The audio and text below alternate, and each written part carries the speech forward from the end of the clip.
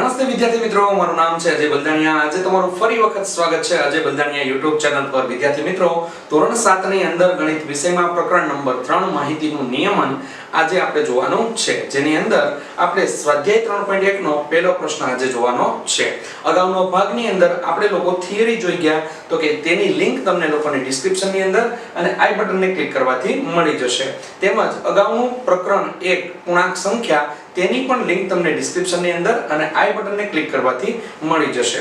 તો વિદ્યાર્થી મિત્રો, તમે અમારી ચેનલ પર નવા હોય તો ચોક્કસથી સબસ્ક્રાઇબ કરી દેજો, જેથી તમને લોકોને નવા આવા જ વિડિયોની નોટિફિકેશન મળતી રહે। તો વિદ્યાર્થી મિત્રો, સમય વિતાવ્યા વગર આપણે સ્ટાર્ટ કરીએ પ્રશ્ન નંબર 1। તો કે પ્રશ્ન નંબર 1 ની રકમ જોઈએ કે જેની અંદર આપણને ટોપિક આપવામાં આવેલો છે કે વિસ્તાર શોધવાનો છે। તો આપણે રકમ જોઈએ, તમારા વર્ગના કોઈ પણ 10 વિદ્યાર્થીઓની ઊંચાઈનો વિસ્તાર શોધો। આ આપણી રકમ છે। તો હવે આપણે આપણા જ વર્ગની અંદર ઘણા વિદ્યાર્થીઓ હશે, તેની અંદરથી આપણે યાદચ્છિક રીતે 10 વિદ્યાર્થીઓની પસંદગી કરશું। ત્યારબાદ તેની ઊંચાઈ લેશું, ઊંચાઈને આપણે નોંધશું। તો મેં અહીંયા સૌપ્રથમ ઊંચાઈ લખી નાખેલી છે કે ધારો કે વર્ગના 10 વિદ્યાર્થીઓની ઊંચાઈ નીચે પ્રમાણે છે।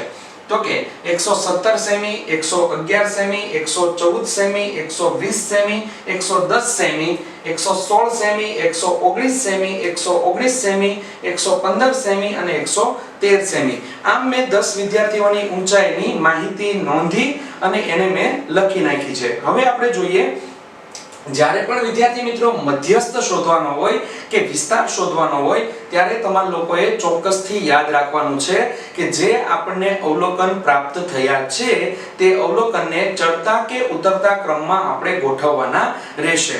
તો કે આપણે વિદ્યાર્થીઓ આપણે અહીંયા અવલોકન જે મળેલા છે તેને આપણે ઉતરતા ક્રમમાં અથવા તો ચડતા ક્રમમાં ગોઠવીએ। તો આપણે એને ચડતા ક્રમમાં ગોઠવશું। તો કે અહીં વિદ્યાર્થીઓની ઊંચાઈ ચડતા ક્રમમાં ગોઠવતા, ચડતા ક્રમમાં ગોઠવતા। તો જોઈએ, વિદ્યાર્થીઓની ઊંચાઈ જે આપણને 10 અવલોકન પસંદ કરેલા છે, તેમાં સૌથી નાનામાં નાની ઊંચાઈ કેટલી છે? કયા વિદ્યાર્થીની ઊંચાઈ સૌથી નાનામાં નાની છે? તો આપણે ઊંચાઈની અંદર આપણે કમ્પેરીઝન કરશું તો પહેલા સૌપ્રથમ આવશે 110 સેમી। તો અહીંયા આપણે લખશું 110 સેમી।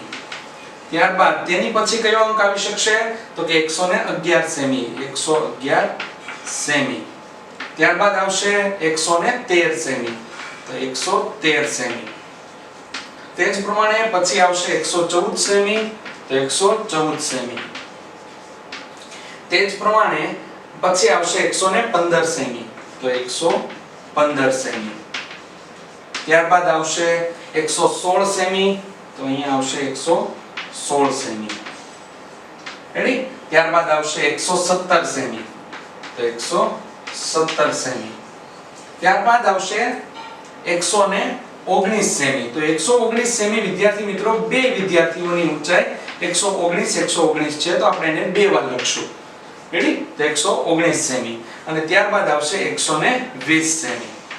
ઓકે, હવે આપણે અહીંયા બધી ઊંચાઈને આપણે ચડતા ક્રમમાં લખી નાખી છે। તો વિદ્યાર્થી મિત્રો, સાચી મળી છે, સાચા બધા અવલોકનોને આવરી લેવામાં આવ્યા છે કે નથી આવરી લેવામાં આવ્યા, એના માટે આપણે જે ચડતા ક્રમમાં ગોઠવા છે 10 અંકોને એ આપણે ગણી લેશું। આપણે 10 મળી જાય તો આપણે બધાને કવર કરી લીધા છે, બધા અવલોકનોને આપણે કવર કરી લીધા છે। 1 2 3 4 5 6 7 8 9 અને 10। તો કે ઓકે, બધા અવલોકનોને આપણે કવર કરી લીધા છે। હવે વિદ્યાર્થી મિત્રો, આપણે મેઈન ટોપિક ઉપર આવીએ, વિસ્તાર શું છે? તો કે વિસ્તાર એ છે કે સૌથી મોટામાં મોટું અવલોકન જે તમને આપેલી માહિતી હોય એનું સૌથી મોટામાં મોટા અવલોકનમાંથી આપેલી માહિતીનું સૌથી નાનામાં નાનું અવલોકન બાદ કરો અને જે તમને જવાબ મળે એને કહેવાય માહિતીનો વિસ્તાર। તો વિદ્યાર્થી મિત્રો, આમાં સૌથી વધુ ઊંચાઈ કોની છે? તો એના માટે આપણે લખશું 120। સૌથી ઓછી ઊંચાઈ કોની છે? તો એના માટે આવશે 110। તો આપણે એ લખવું પડશે, તો કે સૌથી વધુ ઊંચાઈ બરાબર 120 સેમી। અને તે જ રીતે અલ્પવિરામ કરીને સૌથી ઓછી ઊંચાઈ કેટલી છે તો કે વિદ્યાર્થી મિત્રો એ છે આપણા માટે 110 સેમી. ઓકે, તો આપણને સૌથી વધુ ઊંચાઈ અને સૌથી ઓછી ઊંચાઈ પણ આપણે મેળવી લીધી. હવે વિસ્તાર માટેનું સૂત્ર આપણે લખવાનું થશે તો વિસ્તાર બરાબર, હવે વિસ્તારનું હકીકતમાં સૂત્ર તો કંઈક આવું આવે કે આપેલી માહિતીનું સૌથી મોટું અવલોકન માઈનસ એટલે કે બાદબાકી આપેલી માહિતીનું સૌથી નાનું અવલોકન, એટલે આપેલી માહિતીના સૌથી મોટા અવલોકન અને આપેલી માહિતીના સૌથી નાના અવલોકનના તફાવતને વિસ્તાર તરીકે ઓળખાય. તો વિદ્યાર્થી મિત્રો પણ આપણે આ દાખલામાં છીએ તો આ દાખલાની જે વસ્તુ માંગેલી છે અથવા જે માહિતી આપણી પાસે છે તેને આધારે આપણે કામ કરવાનું રહેશે. આથી અહીં આપણે કહી શકીએ કે સૌથી વધુ ઊંચાઈ માઈનસ સૌથી ઓછી ઊંચાઈ, આનું વિસ્તારનું સૂત્ર એ રીતે લખી શકાય. તો આપણે અહીંયા લખશું સૌથી વધુ ઊંચાઈ બાદબાકી સૌથી ઓછી ઊંચાઈ. રેડી? એકદમ સરળ છે પરંતુ બધી બાબત તમારે લખવી ફરજિયાત છે. એટલે સૌથી વધુ ઊંચાઈ, તો સૌથી વધુ ઊંચાઈ આપણને કેટલી મળી છે 120 સેમી. રેડી? બાદબાકી કરીને સૌથી ઓછી ઊંચાઈ તો આપણને કેટલી મળી છે 110 સેમી. તો હવે 120 માંથી આપણે 110 બાદ કરશું તો આપણને મળશે 10 સેમી. રેડી? તો આ આપેલી માહિતી માટે એટલે કે 10 વિદ્યાર્થીઓની ઊંચાઈનો વિસ્તાર આપણને 10 સેમી મળે છે. તો આવી રીતે મતલબમાં એકદમ સરળ છે દાખલો, આ રીતે તમારે સોલ્વ કરવાનો રહેશે. તો વિદ્યાર્થી મિત્રો ત્યારબાદ આપણે જોઈએ બીજા નંબરનો દાખલો. તો કે બીજા નંબરના દાખલાની રકમ કંઈક તમને આવી આપેલી છે. તો આપણે રકમ જોઈએ કે કોઈ વર્ગમાં એક મૂલ્યાંકનમાં મેળવેલ નીચે દર્શાવેલ ગુણને કોષ્ટકમાં દર્શાવો. તો કે જે તમને ગુણ આપેલા છે અત્યારે રકમની અંદર એને આપણે કોષ્ટકમાં દર્શાવવા પડશે. કોષ્ટક બનાવતી વખતે આપણે લોકો એક ગુણનું એક કોષ્ટક બનાવશું, ત્યારબાદ આવૃત્તિ ચિહ્નનું એક કોષ્ટક બનાવશું અને આવૃત્તિ લખશું. રેડી? તો એનો એક આપણે કોષ્ટક બનાવશું. તો અહીં તમને ગુણ આપેલા છે 4 6 7 5 3 5 4 5 2 6 2 5 1 9 6 5 8 4 6 7 આ તમને આપેલા છે ગુણ. તો એના ઉપરથી તમને લોકોને 4 ક્વેશ્ચન એ લોકોએ પૂછેલા છે. 4 ક્વેશ્ચન અલગ અલગ છે. પહેલી વસ્તુ, સૌથી વધારે ગુણ કેટલા છે? તો એ આપણે માહિતીને જોઈને, એ માહિતીના અવલોકન જોઈને આપણે કહી શકીએ કે સૌથી વધારે ગુણ કેટલા છે. તે જ પ્રમાણે સૌથી ઓછા ગુણ કેટલા છે તે પણ આપણે માહિતીને જોઈને જ કહી શકીએ. ત્યારબાદ માહિતીનો વિસ્તાર શોધવાનો છે, જે આપણે આગળ જ અગાઉના એક દાખલાની અંદર કર્યો. પહેલા દાખલાની અંદર આપણે એ જ કામ કર્યું. ત્યારબાદ અંકગણિતીય સરેરાશ તમારે શોધવાની છે. અંકગણિતીય સરેરાશ તમારે શોધવાની છે. એ તમારા માટે થોડું ડિફિકલ્ટ બનશે, પરંતુ વિદ્યાર્થી મિત્રો ધ્યાન આપશો તો તમને ચોક્કસથી આવડી જશે. તો વિદ્યાર્થી મિત્રો સૌપ્રથમ આપણે કામ કરશું કોષ્ટકની રચના કરવાની છે. તો આપણે અહીંયા સૌપ્રથમ કોષ્ટક બનાવશું. તો કે કોષ્ટકની અંદર જોઈએ તો કે પહેલી લાઈન આપણે છે, પહેલું કોલમ જે છે એ આપણે ગુણનું બનાવશું. રેડી? ત્યારબાદ બનાવશું આપણે આવૃત્તિ ચિહ્ન. આવૃત્તિ ચિહ્ન. રેડી? અને ત્યારબાદ બનાવશું આવૃત્તિ. રેડી? તો આપણે આ રીતે આખું કોષ્ટક બનાવીએ. હવે આને આપણે લાઈન દોર નાખીએ જેથી તમને સમજવામાં સરળતા રહે. તો વિદ્યાર્થી મિત્રો તમે જોઈ શકો છો તે પ્રમાણે કોષ્ટક એટલે કે લાઈન આપણે દોરીને કમ્પ્લીટ કરી દીધું છે. હવે આપણે અવલોકનને જોશું અને આવૃત્તિ ચિહ્ન પ્રમાણે મૂકતા જશું અને આવૃત્તિ પણ બાજુમાં આપણે લખતા જશું. જે આપણે આવૃત્તિ અંતમાં લખશું જ્યારે બધા અવલોકન પૂરા થઈ જાય ત્યારબાદ. હવે કોષ્ટકને તૈયાર કઈ રીતે કરવાનું, અંદર માહિતી ભરવાની કઈ રીતે તે આપણે શીખીએ. તો કે વિદ્યાર્થી મિત્રો 4 છે, ગુણ 4. તો ગુણ 4 આપેલા હોય તેની અંદર આપણે ઊભો એક લીટો કરશું આ રીતે. ત્યારબાદ 6, તો કે 6 જે આપેલા હોય તેની એક કોષ્ટકની અંદર આગળ આવૃત્તિ ચિહ્નની અંદર આપણે ઊભો લીટો કરશું. ત્યારબાદ 7, તો કે ત્યાં આપણે ઊભો લીટો કરીએ. 5, તો 5 આગળ આપણે ઊભો લીટો કરશું. ત્યારબાદ છે 3, તો 3 આગળ પણ આપણે ઊભો લીટો કરશું. ત્યારબાદ છે 5, તો ફરી 5 આવ્યા તો એની બાજુમાં એક લીટો તમારે કરી દેવાનો છે આ રીતે. ત્યારબાદ છે 4, તો કે ફરી વખત 4 આવ્યા આપણે ઊભો લીટો કરશું. ત્યારબાદ આવે છે 5, તો 5 આવે ત્યાં આપણે ઊભો લીટો કરી દીધો. રેડી? ત્યારબાદ 2 આવ્યા તો એક અહીંયા આપણે લીટી કરશું. રેડી? ઊભી. ત્યારબાદ 6, તો કે 6 આવ્યા છે તો 6 ઓલરેડી એકવાર આવી ગયા છે, બીજી વાર આવ્યા એટલે આપણે ઊભી લીટી કરી. ત્યારબાદ 2 છે તો ફરી આપણે 2 પાસે લીટી કરશું. ત્યારબાદ ફરી વખત 5 આવ્યા છે તો આપણે 5 આગળ ફરી વખત એક લીટી કરશું. 1 તો કે આપણે 1 વાળા ગુણ જે છે એના આવૃત્તિ ચિહ્નની અંદર એક લીટી કરશું. ત્યારબાદ છે 9 તો 9 આગળ આપણે લીટી કરશું. ત્યારબાદ છે ફરી 6 તો કે 6 આગળ આપણે આ રીતે ઊભી લીટી કરશું. ત્યારબાદ છે 5 તો કે ફરી, હવે જો ધ્યાન આપો ખાસ કે 4 વખત આપણે આવી ગયા, રેડી? તો હવે 5મી વખત આપણે લેવાનું છે તો એક આપણે આડી લીટી કરવી પડશે.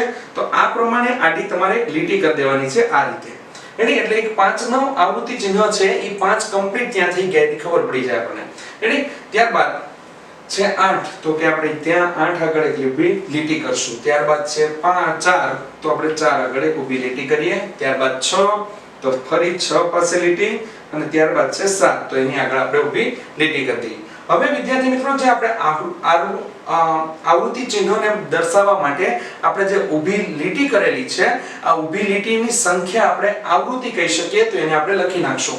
તો કે 1 ગુણ વાળો વ્યક્તિ છે એક જ છે એટલે 1 આવશે. 2 ગુણ વાળા 2 વ્યક્તિ છે. ત્યારબાદ 3 ગુણ વાળો એક જ વ્યક્તિ છે. 4 ગુણ મેળવનાર વ્યક્તિઓ 3 છે તો આપણે અહીંયા લખશું 3. ત્યારબાદ 5 ગુણ મેળવનાર વ્યક્તિઓ 5 છે. 6 ગુણ મેળવનાર વ્યક્તિઓ 4 છે. 7 ગુણ મેળવનાર વ્યક્તિઓ 2 છે અને 8 ગુણ મેળવનાર વ્યક્તિ 1 અને 9 ગુણ મેળવનાર વ્યક્તિ પણ 1 જ છે. તો આ રીતે આપણે આવૃત્તિ લખી નાખી.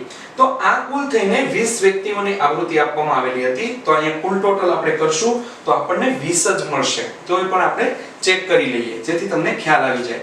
3 1 સોરી 2 ને 1 3 4 4 ને 3 7 7 ને 5 12 12 ને 4 થઈ જશે 16 16 17 18 19 ને 20 તો અહીંયા તમને કુલ આવૃત્તિ કેટલી મળી જશે 20 મળે છે. એટલે 20 વિદ્યાર્થીઓના ગુણ તમને અલગ અલગ આપવામાં આવેલા હતા. તો આપણે આ કોષ્ટકની અંદર માહિતી દર્શાવી દીધી, રેડી? અને જે કોષ્ટક પ્રમાણે કીધું હતું કે કોષ્ટક દર્શાવો તો આપણે કોષ્ટક બનાવી દીધું. હવે આપણે પ્રશ્ન સોલ્વ કરીએ. તો કે પહેલો પ્રશ્ન આપણને આપેલો છે સૌથી વધારે ગુણ કેટલા છે? તો સૌથી વધારે ગુણ કેટલા છે? 9. સૌથી વધુ ગુણ કેટલા છે? 9. તો કે સૌથી વધુ ગુણ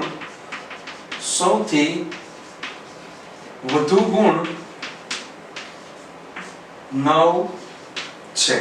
તે જ રીતે બીજો પ્રશ્ન છે સૌથી ઓછા ગુણ કેટલા છે? તો સૌથી ઓછા ગુણ છે 1, રેડી? 1 છે. તો સૌથી ઓછા ગુણ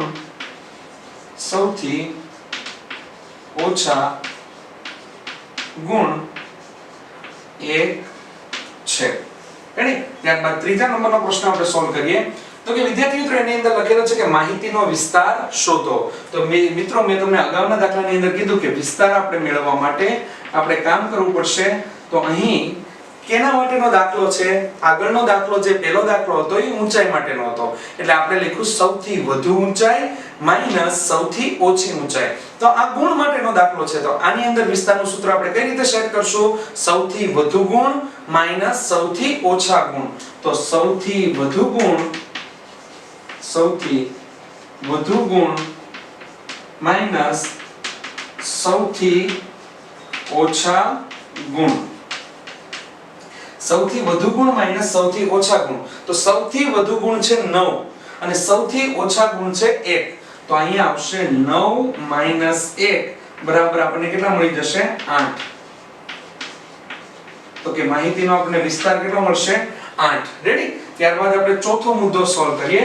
તો કે ચોથા મુદ્દામાં એમ કીધું છે અંકગણિતીય સરાસરી શોધો. સરાસરી એટલે કે મધ્યક.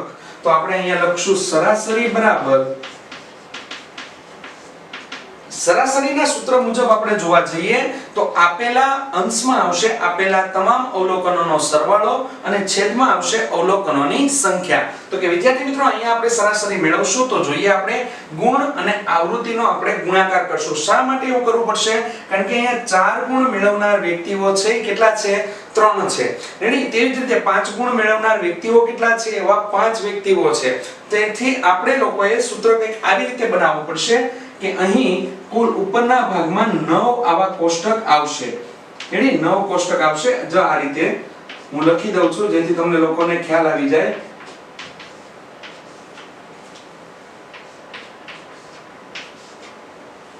એ જ રીતે પ્લસ કરીને 9 કોષ્ટક આવા બનાવવાના છે. 1 2 3 4 5 6 7 8 9 છે. છેદમાં આવૃત્તિની સંખ્યા આપણે લખવી પડશે. તો એ આપણે લખી નાખીએ કે 1 + 2 + 1 + 3 + 5 + 4 + 2 + 1 + 1. ઓકે, એ 20 થઈ ગયા. આપણે અહીંયા આપણે ટોટલ કરી નાખ્યો છે એટલે આપણે ખ્યાલ આવી જશે. હવે આની અંદર ઉપર કેવી રીતે કામ કરશું? 1 * 1. તો કે પહેલા કોષ્ટકમાં લખશું 1 * 1. બીજા કોષ્ટકમાં આવશે 2 * 2. તો 2 * 2.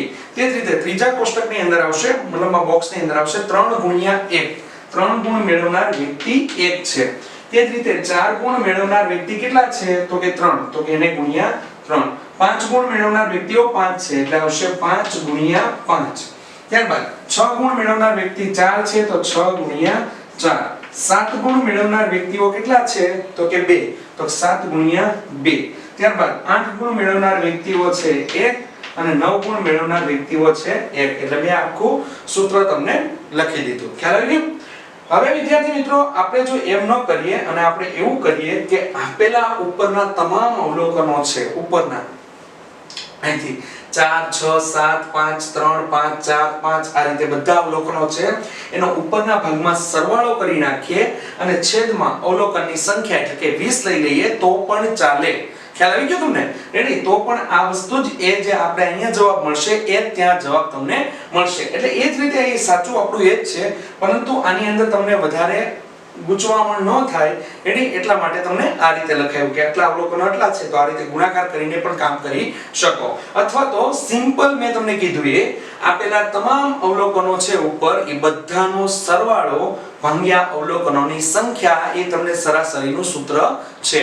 રેડી? તો હવે જોઈએ અહીંયા ઉપર પ્રમાણે કઈ રીતે થશે. 1 * 1 એટલે 1 + 2 * 2 4 + 3 3 * 3 + 4 તેરી 12 પ્લસ 5 5 25 પ્લસ 6 ચોક 24 પ્લસ 7 દુ 14 પ્લસ 8 એકા 8 પ્લસ 9 એકા 9 અને છેદમાં આવશે 20. કેટલા આવશે?